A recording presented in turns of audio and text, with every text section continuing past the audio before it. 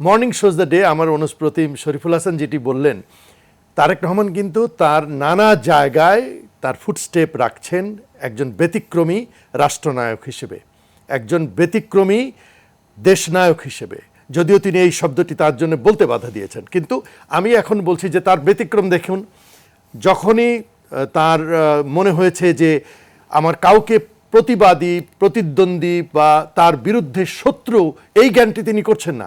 তিনি বলছেন যে আমরা সবাই মিলে বাংলাদেশকে এগিয়ে নিয়ে যাব। তিনি জামাতের আমিরের বাসায় গেছেন, এনসিপির আহ্বায়ক নাহিদ ইসলামের বাসায় গেছেন, ডক্টর শফিকুর রহমান গত 13 তারিখ রাত 10টা পর্যন্ত যে সুরে, যে অ্যাঙ্গার অ্যাঙ্গুইশ নিয়ে কথা বলছিলেন, তিনি যখন একই রাত 1টা 44-এ তার সর্বশেষ বিবৃতিটি এলো যে আমরা এই ভঙ্গি থেকে সরে এসেছি, আমরা এখন বাংলাদেশকে এগিয়ে নিয়ে যাওয়ার জন্যে একীভূত হয়ে কাজ করার চেষ্টা করব, ঐক্যবদ্ধ আমরা শক্তিশালী, ইংরেজিতে বলে united we stand. Tarique Rahman সাহেব তাই চাচ্ছেন। তিনি 2/3 পেয়েছেন ভারত এবং বাংলাদেশে। আমরা দেখেছি যতবার যে সরকার 2/3 পেয়েছে তারা সেটির অপব্যবহারে এবং গরমে, চেয়ারের কুর্সির গরমে তারা নষ্ট হয়ে গেছে। কিন্তু তারেক রহমান সাহেব সেটি চাচ্ছেন না। আমরা তার প্রত্যেকটা আচরণে, প্রত্যেকটা ডেলিভারেশনে, প্রত্যেকটা ডেলিভারিতে আমরা কিন্তু প্রমাণ পাচ্ছি যে তিনি মোটেই এই 2/3 এত বেশি মৌরসি পাট্টা বা আমি কি হনুরে এই আবেগে তিনি সাফার করছেন না। এটি যদি তিনি অব্যাহত রাখতে পারেন এবং তার আশপাশের লোকেদেরকে যদি তিনি নিয়ন্ত্রণ করতে পারেন, এবং শেখ হাসিনার উন্নয়ন শুধু ইট কাঠ কংক্রিটের উন্নয়নে পর্যবসিত কেন হলো? কারণ তিনি দুর্নীতিকে অ্যারেস্ট করতে পারেননি, দুর্নীতিকে তিনি কার্ভ করতে পারেননি, তিনি স্বজনপ্রীতি থেকে ঊর্ধ্বে উঠতে পারেননি। তিনি যখন সর্বশেষ সংবাদ সম্মেলনে, তার তেলের বাটি সংবাদ সম্মেলন আমরা বলতাম, যখন বললেন যে আমার বাসার চাকর, ওর 400 কোটি টাকা আছে, ও তো হেলিকপ্টার ছাড়া বাড়িতে যায় না, তখনই কিন্তু তার পতনের ঘন্টা শুরু হলো বাজা।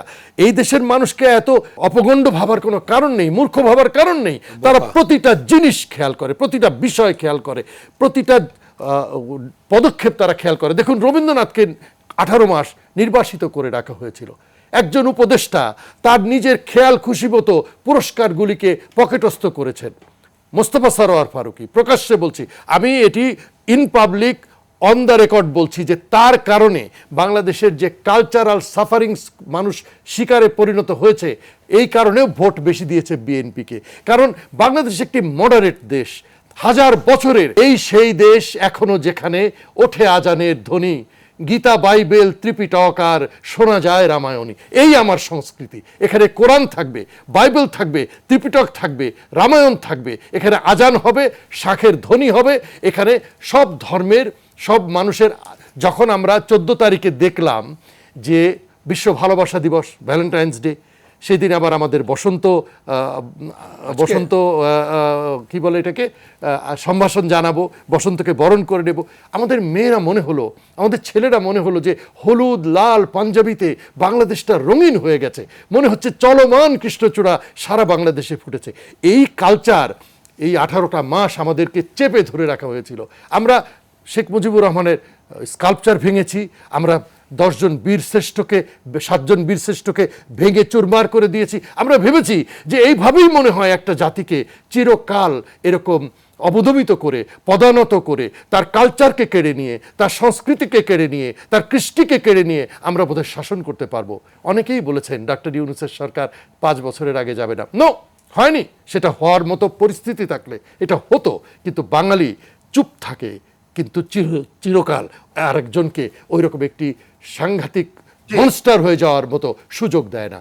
আমরা নিশ্চিত, আমরা আশা রাখি তারেক রহমানের উপরে, আল্লাহ ভরসা, উই শ্যাল ওভারকাম।